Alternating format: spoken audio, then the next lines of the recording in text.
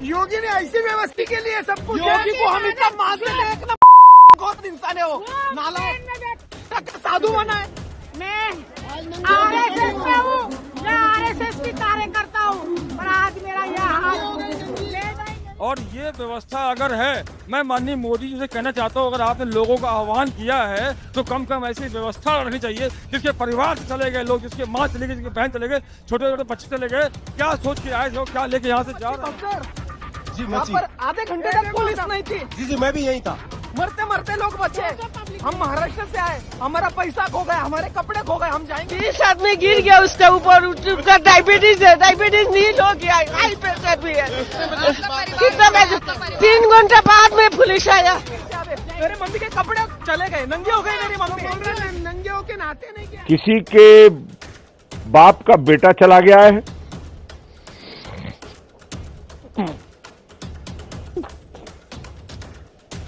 प्रशासन जब ये आंकड़ा देख रहा है कि 50 करोड़ आने वाले हैं, 40 करोड़ आने वाले हैं, जब प्रशासन का ये अनुमान था तो उसको सेना के हवाले कुंभ को क्यों नहीं किया गया? कोई प्रशासन नहीं रोक रहा है, मर जाए आदमी, मर जाए। खाली लठी लेके भगा रहा है।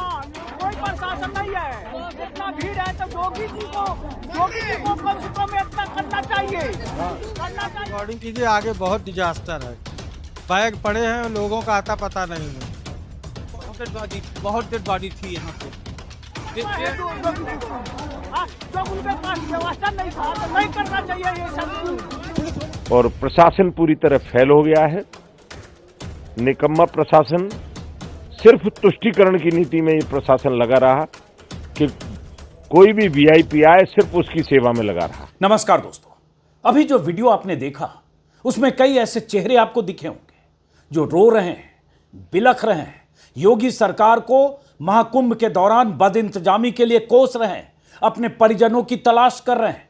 ऐसे लोग जिनके परिजनों की मौत हुई भगदड़ के दौरान, उनके घर वाले उस भगदड़ की चपेट में आए, कुछ के परिजन अस्पताल में हैं, कुछ के परिजन लापता हैं, और बहुत सारे लोगों का यह कहना है कि योगी सरकार की तरफ से जो इंतजाम होने चाहिए थे उस इंतजाम में कमियां थी, जिसकी वजह से भगदड़ को पुलिस कंट्रोल नहीं कर पाई और करीब करीब 1.5 दर्जन मौतें हो गई।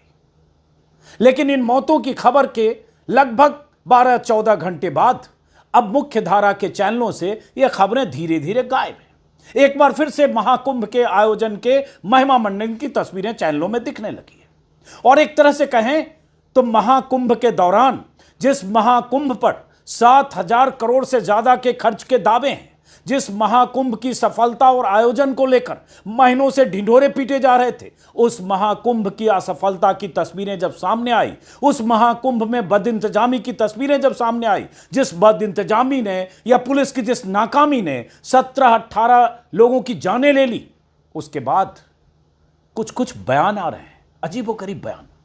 कुंभ मेला क्षेत्र के एसएसपी का बयान अभी सुनाने वाला हूं, हैरान करने वाला बयान। योगी आदित्यनाथ का बयान, जिस बयान में भगदड़ में मारे गए 16-17 लोगों की मौतों का जिक्र तक नहीं है। और योगी सरकार के मंत्री का बयान जो कहते हैं इतने बड़े आयोजन में छोटी मोटी घटनाएं हो जाती है। किसी संत का बयान कि इतनी बड़ी घटना नहीं है जितना तूल दिया जा रहा है, 17 मौतें हो जाए। और उसके बाद अगर कोई मंत्री कहे इतने बड़े आयोजन में छोटी मोटी घटनाएं हो जाती हैं तो क्या कहेंगे? जिस सूबे में, जिस महाकुंभ में 17 मौतों के बाद मुख्यमंत्री उस सूबे के योगी आदित्यनाथ 2 शब्द खर्च करके मौतों का जिक्र ना करें तो क्या कहेंगे? और एसएसपी जो कुंभ मेला क्षेत्र की सुरक्षा के जिम्मेदार हैं, उनके बयान जरा सुनाता हूं, सिलसिलेवार ढंग से देखिए कि अब वो खबरें गायब हो गई और अब कैसे लीपापोती होगी और कैसे इतनी बड़ी घटना को छोटा कहकर उसे ढकने की कोशिश होगी। एक बयान है, ये एसएसपी साहब हैं, इनका नाम है राजेश द्विवेदी। खास बात यह है कि कुंभ मेला क्षेत्र के एसएसपी हैं। अब राजेश द्विवेदी साहब का एक इंटरव्यू एएनआई ने किया है और लगभग 2.25 मिनट 2.5 मिनट का इनका एक बयान है।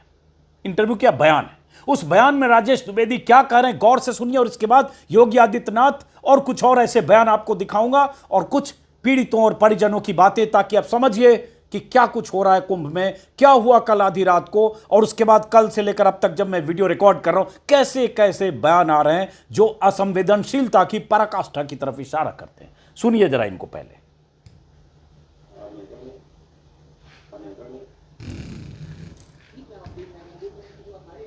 अभी क्या अपडेट है? हम देख रहे हैं कि जो अखाड़े हैं वो आगे की तरफ बढ़ रहे हैं स्नान के लिए। नहीं, कोई स्टैम्पेड वाली बात नहीं थी। बेसिकली ओवर क्राउडिंग हो गई थी जिससे कुछ श्रद्धालु घायल हो गए थे और अभी जैसा आप देख रहे हैं स्थिति पूर्णतया नियंत्रण में है। अभी क्या अपडेट है? हम देख रहे हैं कि जो अखाड़े हैं वो आगे की तरफ बढ़ रहे हैं स्नान के लिए। नहीं, कोई स्टैम्पेड वाली बात नहीं थी। बेसिकली ओवर क्राउडिंग हो गई थी जिससे कुछ श्रद्धालु घायल हो गए थे और अभी जैसा आप देख रहे हैं स्थिति पूर्णतया नियंत्रण में। दरअसल इनसे जब पूछा गया कल की घटना के बारे में, अखाड़े बढ़ रहे हैं और ये, तो इन्होंने कहा नहीं, स्टैम्पेड वाली कोई बात नहीं थी। मतलब एसएसपी कुंभ क्षेत्र राजेश द्विवेदी कह रहे ऑन रिकॉर्ड, कुंभ में जो कुछ हुआ संगम तट पर वो हुआ रात को, आधी रात को 1 बजे से 2 बजे के बीच। 12:05 पर एएनआई ने उनका यह बयान रिलीज किया है, मतलब घटना के लगभग 10-11 घंटे बाद। और तब एसएसपी कह रहे हैं स्टैम्पेड जैसी कोई बात नहीं थी। आवाज कम आ रही है, मैं रिपीट कर दे रहा हूं, सिर्फ ज्यादा भीड़ हो गई थी जिससे कुछ श्रद्धालु घायल हो गए थे। और उसके बाद उन्होंने कहा अभी स्थिति पूरी तरह से नियंत्रण में है, किसी भी अफवाह पर ध्यान न दिया जाए। मतलब एसएसपी स्टैम्पेड की घटना को मानने को ही तैयार नहीं है और उनके बयान में यह जिक्र तक नहीं है कि 15, 16 या 17 लोगों की मौत हो गई, कुचलकर, दबकर, उसमें बुजुर्ग भी हैं, महिलाएं भी हैं। वो कह रहे कुछ श्रद्धालु घायल हो गए थे। और एसएसपी साहब के बयान के बगल में इसी विंडो में वो सारी तस्वीरें दिख रही है जो इस बात का सबूत है कि हुआ क्या, पूरी दुनिया जान रही क्या हुआ। ये देखिए रोते बिलखते परिजन और एम्बुलेंस, अस्पताल और हाहाकार और चीख पुकार की तस्वीर। एसएसपी साहब से आगे भी पूछा गया घायलों के बारे में क्या जानकारी है, रिपोर्टर ने पूछा। उन्होंने कहा अभी यहां पर कोई ठोस जानकारी नहीं मिल पाई है, जिला पुलिस से ठोस जानकारी मिल जाएगी। फिलहाल हम यहां की व्यवस्था देख रहे हैं, हम सुरक्षित, यहां सुरक्षित और सुगम माहौल है। भाई साहब, आप कुंभ मेला क्षेत्र के एसएसपी हैं, आपकी जिम्मेदारी है कुंभ मेला क्षेत्र में। जब कुंभ लगता है तो खास तौर से कुंभ मेला क्षेत्र को जिला घोषित करके वहां एसएसपी की नियुक्ति होती है। और आप ही कह रहे हैं कि जिला पुलिस से जानकारी मिल जाएगी, हमें कोई ठोस जानकारी नहीं है, सुरक्षित और सुगम माहौल है। 17 मौतों के बाद सुगम और सुरक्षित माहौल है। सुरक्षित चलिए ठीक है, कह सकते हैं वो एक घटना हुई, सुगम माहौल क्या होता है। उसके बाद उनसे पूछा गया कोई कैजुअलिटी का नंबर आया है या कोई घायल है। उन्होंने कहा मेरे पास कोई संख्या नहीं है, मुझे यहां पर व्यवस्था देखनी है यहां। उसके बाद वो लिपापोती कर रहे थे। और ये जैसा कि कहा 12:05 पर एएनआई। इसके पहले क्या हुआ और उसके बाद में योगी आदित्यनाथ का एक 8 मिनट का बयान जो उन्होंने ट्विटर पर डाला है। और यूपी सरकार के 2 उप मुख्यमंत्री, मुख्यमंत्री का जिक्र और 2 उप मुख्यमंत्री कि उनके ट्विटर हैंडल पर क्या लिखा गया है, क्या नहीं लिखा गया। इतनी बड़ी घटना के बाद ये प्रधानमंत्री का बयान आ गया नरेंद्र मोदी जी का 11:47 पर, जिसमें उन्होंने कहा प्रयाग महाकुंभ में हुआ हादसा अत्यंत दुखद है। जिन श्रद्धालुओं ने अपने परिजनों को खोया उनके प्रति गहरी संवेदना और उनके सभी घायलों के शीघ्र स्वस्थ होने की कामना करता हूं। सही, ठीक है, करना चाहिए प्रधानमंत्री को। हालांकि ये थोड़ा और पहले प्रधानमंत्री की तरफ से ये शोक संवेदना व्यक्त की जानी चाहिए थी, लेकिन राष्ट्रपति इन्होंने भी 12:23 पर शोक संवेदना व्यक्त की। गृह मंत्री अमित शाह इन्होंने भी शोक संवेदना व्यक्त की लगभग 1 बजे। उसके बाद राजनाथ सिंह 12:30 पर। ये सारी शोक संवेदनाओं के बीच में ही एसएसपी कुंभ क्षेत्र का बयान आया कि स्टैम्पेड जैसी कोई घटना नहीं है। आप सिर्फ ये मान नहीं रहे स्टैम्पेड जैसी कोई घटना नहीं है, तो फिर ये कौन बताएगा कि वो 17 मौतें कैसी हुई, किस तरह से मौतें हुई। वहां सब बिखरे हुए सामान, 50 सैकड़ों लोगों के, अस्त व्यस्त सा पूरा माहौल, चीख पुकार, रोते बिलखते लोग, अस्पतालों के बाहर बैठे लोग, टेलीविजन कैमरों पर रोते बिलखते लोग। वो स्टैम्पेड नहीं था। कैसे कह सकते हैं एसएसपी के स्टैम्पेड जैसी कोई घटना नहीं हुई। वो पुलिस अफसर, वो वर्दीधारी जिसकी जिम्मेदारी है वहां, जिसकी तैनाती है वहां। लेकिन बात यही नहीं है। क्या इन्हें ऊपर से कहा गया कि कहीं स्टैम्पेड को कबूल मत करो, और कबूल नहीं करने से क्या स्टैम्पेड को नजरअंदाज या उस पर लीपापोती की जा सकती है? अगर दिन में सूरज निकल गया और कहें सूरज नहीं निकला तो आपके कहने से नहीं निकलेगा। उसके बाद प्रधानमंत्री और सब जब कबूल कर चुके हैं, उसके पहले योगी आदित्यनाथ का यह बयान ट्विटर पर आया 10:20 पर। यह 8 मिनट कुछ सेकंड का यह वीडियो है। जिसमें उन्होंने कहा, सभी पूज्य संतों, श्रद्धालुओं, प्रदेश और देशवासियों से मेरी अपील है, अफवाह पर कोई ध्यान न दें, संयम से काम लें। प्रशासन आप सभी की सेवा के लिए तत्परता से कार्य कर रहा है। अब मैं चाहता हूं ये बयान इनका सुनिए, योगी आदित्यनाथ जी का। मुख्यमंत्री हैं जिनके राज्य में ये घटना हुई है, जरा इनके बयान को, ये बयान तो 8 मिनट का है, उनके ट्विटर हैंडल पर है, कुछ हिस्सा मैं सुनाना चाहता हूं, सुनिए। श्रद्धालुजनों की भारी भीड़ है, लगभग 8 से 10 करोड़ श्रद्धालु इस समय प्रयागराज के अंदर मौजूद है। कल भी 5.5 करोड़ श्रद्धालुजनों ने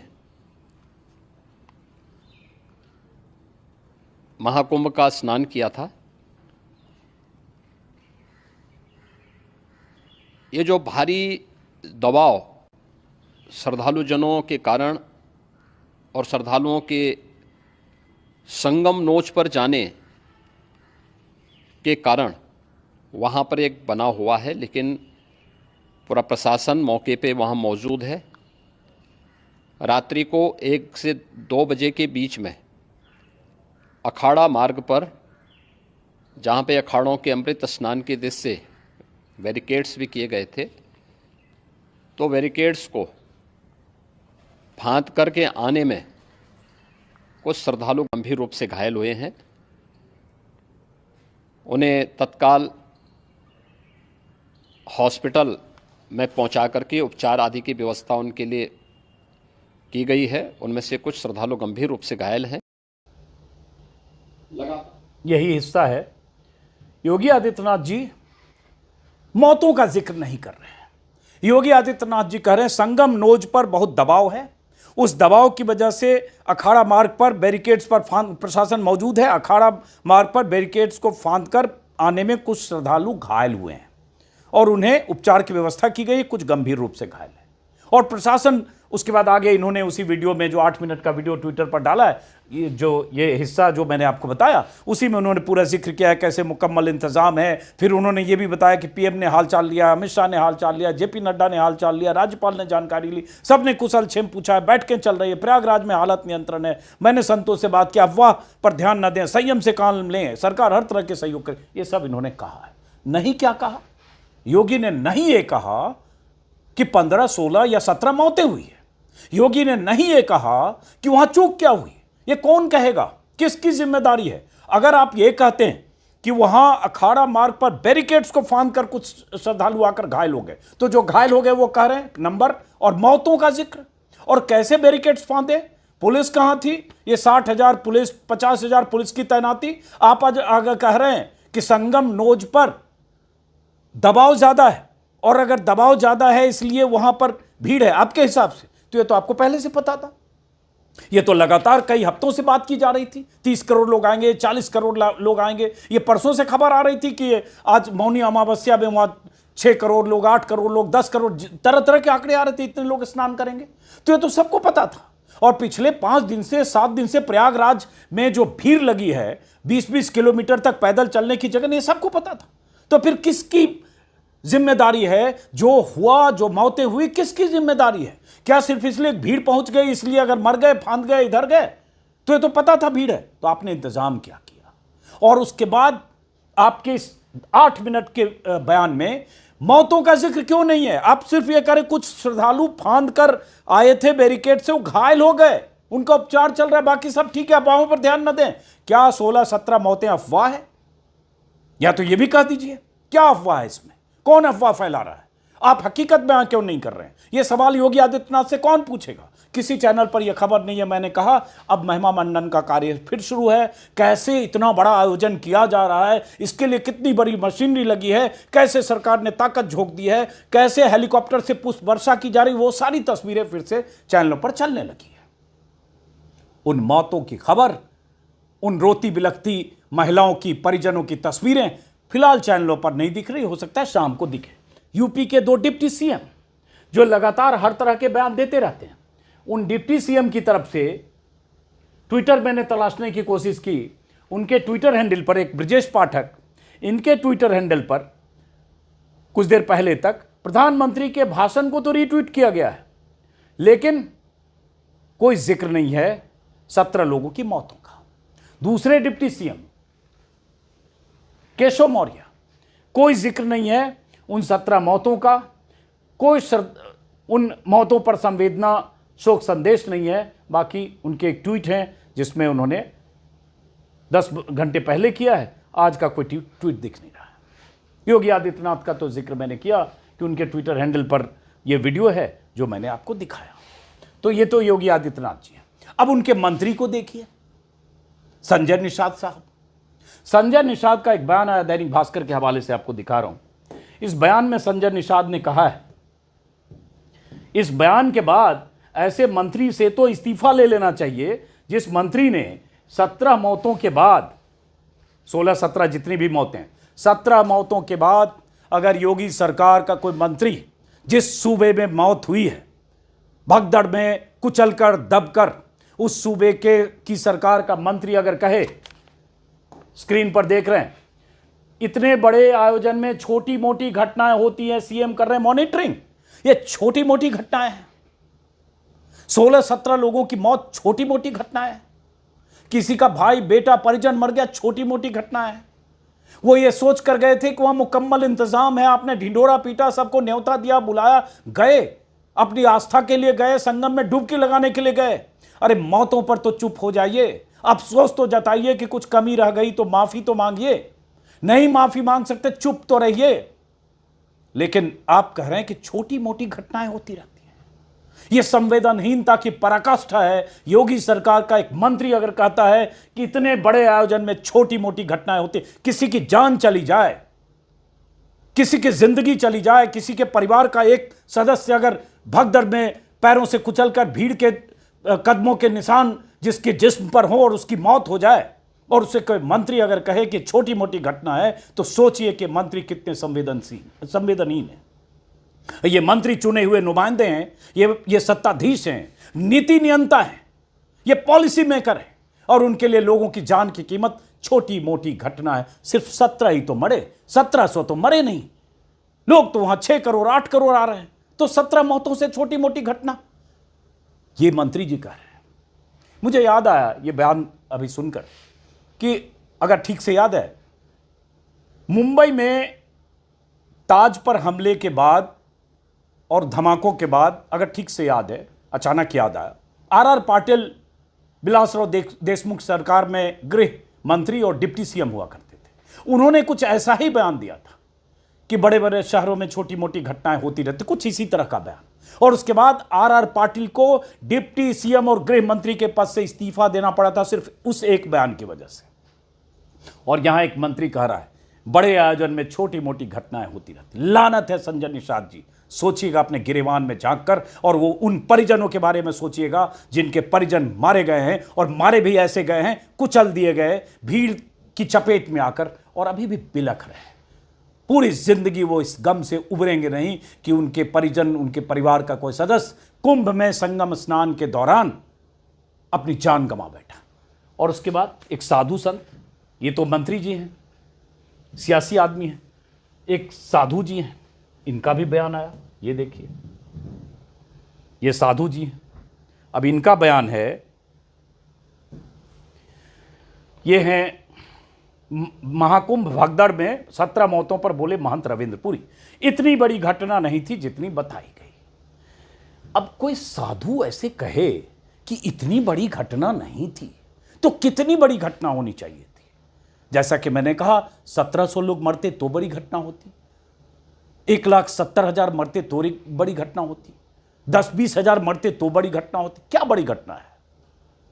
7,000 करोड़ का खर्च, 60,000 पुलिस वाले, महीनों सालों की तैयारी, इतना ढिंढोरा, ऐसा कुंभ कभी हुआ नहीं, ऐसी बड़ी बड़ी बातें, न भूतो न भविष्यति जैसी तैयारी, और उसके बाद 17 लोगों की मौतें, मौतों के बाद उन परिजनों की बिलखती हुई आवाजें जिसमें वो वहां की व्यवस्था को जिम्मेदार ठहरा रहे हैं। सबके वीडियो आ रहे हैं, मैं तो बोल नहीं रहा हूं, उनकी तस्वीरें हैं, उनके वीडियो है, उनकी आवाज है, उनका रोना धोना है, उनका बिलखना है।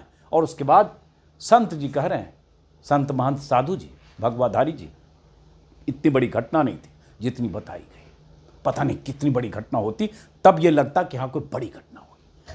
तो ये तो स्थिति है। उसके बाद अब उन कुछ तस्वीरों की बात, जो इतनी बड़ी घटना नहीं है लेकिन हम इन लोगों के लिए, लेकिन हमारे लिए बहुत बड़ी घटना है, किसी के लिए भी जो संवेदनशील है। ये जिसके परिवार पर बीती है उसे पता है कि कितनी बड़ी घटना। सुनिए।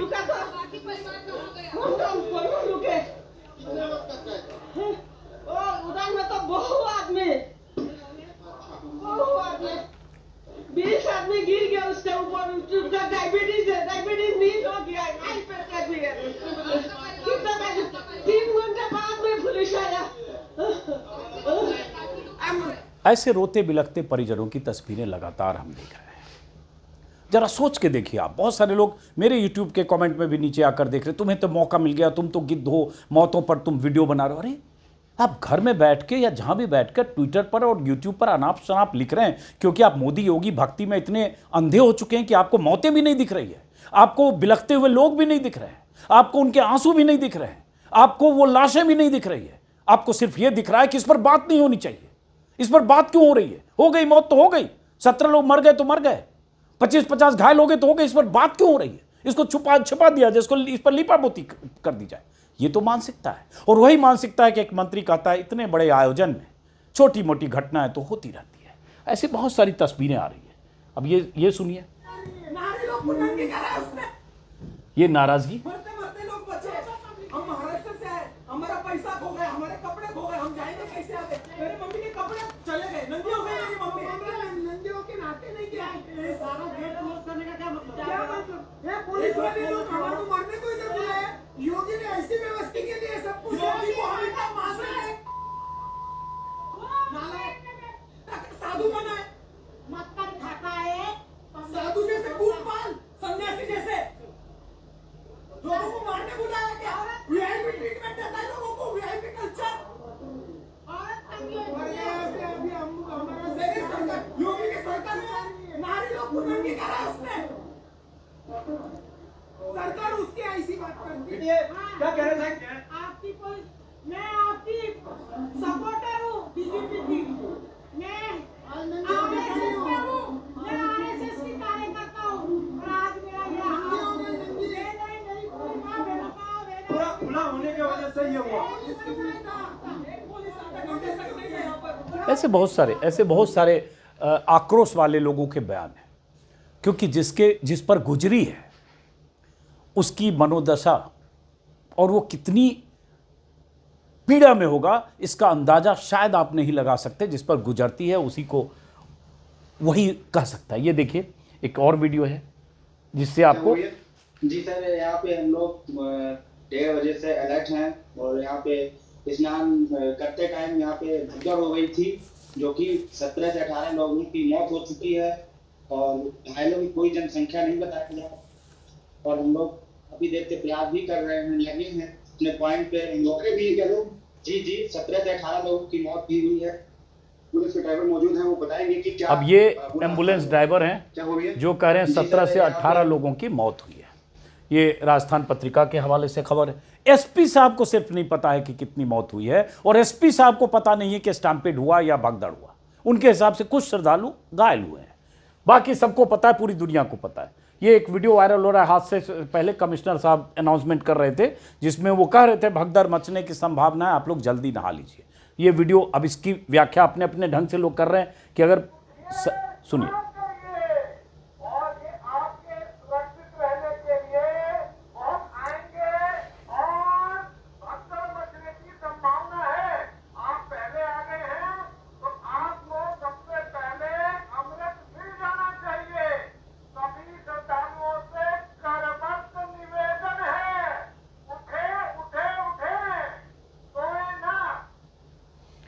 कमिश्नर साहब का ये वीडियो वायरल हो रहा है जिसमें इलाहाबाद के जो प्रयागराज के कमिश्नर हैं वो सबसे कह रहे थे कि आप उठिए और जल्दी स्नान कीजिए।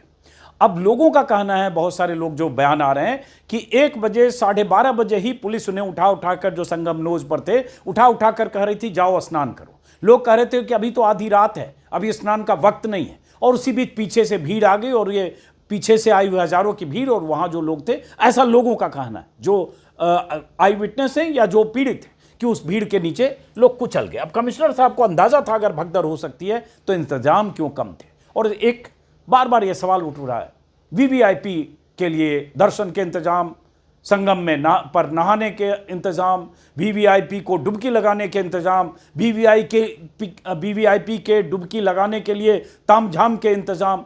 अब ये शंकराचार्य हैं, इनका आप कई बार अभी मुक्तेश्वरानंद को आप देखते होंगे, इनका एक वीडियो है, इंटरव्यू किया है, शालिनी कपूर हैं, पॉडकास्ट उन्होंने किया, उसमें उन्होंने इस पर सवाल उठाए हैं वीवीआईपी कल्चर पर। सुनिए जरा। तो तरह के क्यों हैं, एक वीआईपी क्यों है और एक जनरल क्यों है?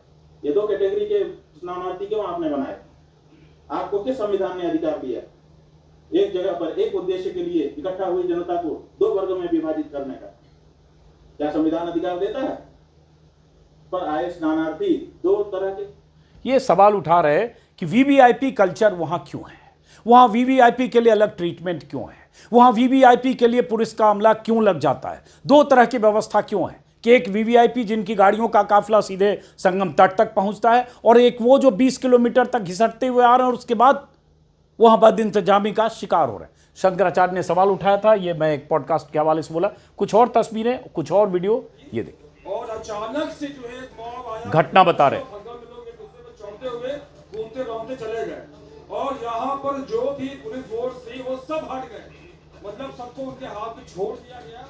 और ये व्यवस्था अगर है, मैं माननीय मोदी जी से कहना चाहता हूँ, अगर आपने लोगों का आह्वान किया है तो कम से कम ऐसी व्यवस्था रखनी चाहिए जिसके परिवार से चले गए लोग, जिसके माँ चले गए, जिसके बहन चले गए, छोटे छोटे बच्चे चले गए, क्या सोच के आए लोग, क्या लेके यहाँ से जा रहे हैं, कैसे?